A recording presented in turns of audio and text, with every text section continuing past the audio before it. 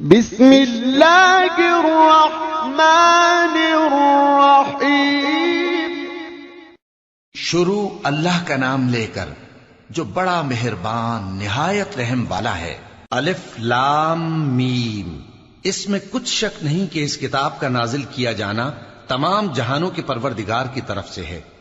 کیا یہ لوگ یہ کہتے ہیں کہ پیغمبر نے اس کو از خود بنا لیا ہے؟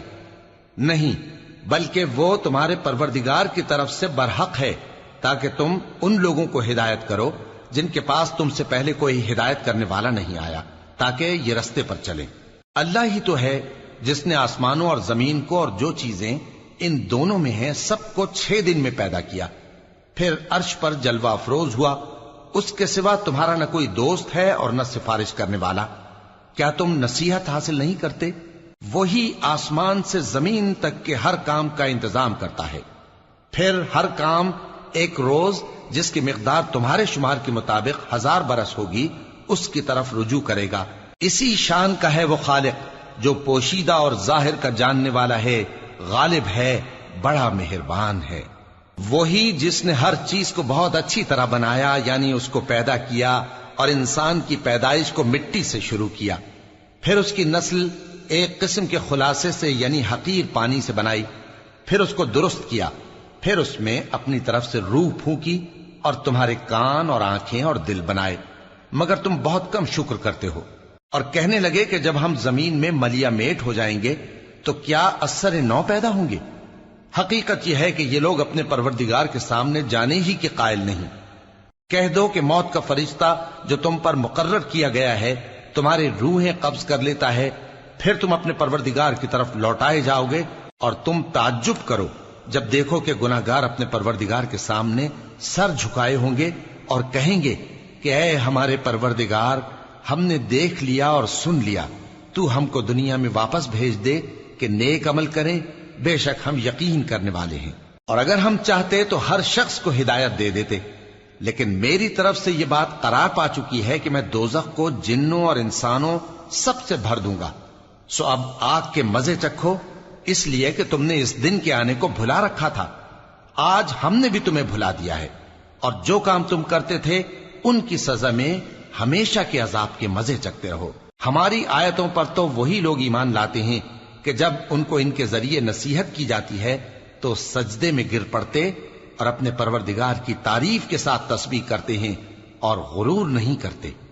ان کے پہلو بچھونوں سے الگ رہتے ہیں، اس حال میں کہ وہ اپنے پروردگار کو خوف اور امید سے پکارتے اور جو کچھ ہم نے ان کو دیا ہے اس میں سے خرچ کرتے ہیں۔ سو کوئی شخص نہیں جانتا کہ ان کے لیے کیسی آنکھوں کی ٹھنڈک چھپا کر رکھی گئی ہے، یہ ان اعمال کا صلہ ہے جو وہ کرتے تھے۔ بھلا جو مومن ہو وہ اس شخص کی طرح ہو سکتا ہے جو نافرمان ہو؟ دونوں برابر نہیں ہو سکتے۔ جو لوگ ایمان لائے اور نیک عمل کرتے رہے ان کے رہنے کے لیے باغ ہیں، یہ مہمانی ان کاموں کی جزا ہے جو وہ کرتے تھے، اور جنہوں نے نافرمانی کی ان کے رہنے کے لیے دوزخ ہے۔ جب چاہیں گے کہ اس میں سے نکل جائیں تو اس میں لوٹا دیے جائیں گے، اور ان سے کہا جائے گا کہ جس دوزخ کے عذاب کو تم جھوٹ سمجھتے تھے اس کے مزے چکھو، اور ہم ان کو قیامت کے بڑے عذاب سے پہلے دنیا کے عذاب کا بھی مزہ چکھائیں گے، شاید وہ ہماری طرف لوٹ آئیں۔ اور اس شخص سے بڑھ کر ظالم کون جس کو اس کے پروردگار کی آیتوں سے نصیحت کی جائے تو وہ ان سے منہ پھیر لے۔ ہم گناہگاروں سے ضرور بدلہ لینے والے ہیں۔ اور ہم نے موسیٰ کو کتاب دی تو تم ان سے ملاقات ہونے سے متعلق شک میں نہ ہونا، اور ہم نے اس کتاب کو بنی اسرائیل کے لیے ذریعہ ہدایت بنایا تھا، اور ان میں سے ہم نے پیشوا بنائے تھے جو ہمارے حکم سے ہدایت کیا کرتے تھے، جبکہ وہ صبر بھی کرتے تھے اور وہ ہماری آیتوں پر یقین رکھتے تھے۔ بلا شبہ تمہارا پروردگار ہی ان میں جن باتوں میں وہ اختلاف کرتے تھے قیامت کے روز فیصلہ کر دے گا۔ کیا ان کو اس امر سے ہدایت نہ ہوئی کہ ہم نے ان سے پہلے بہت سی امتوں کو جن کے رہنے کے مقامات میں یہ لوگ چلتے پھرتے ہیں ہلاک کر دیا؟ بے شک اس میں نشانیاں ہیں، تو یہ سنتے کیوں نہیں؟ کیا انہوں نے نہیں دیکھا کہ ہم بنجر زمین کی طرف پانی رواں کرتے ہیں، پھر اس سے کھیتی پیدا کرتے ہیں جس میں سے ان کے چوپائے بھی کھاتے ہیں اور یہ خود بھی کھاتے ہیں؟ تو یہ دیکھتے کیوں نہیں؟ اور کہتے ہیں اگر تم سچے ہو تو یہ فیصلہ کب ہوگا؟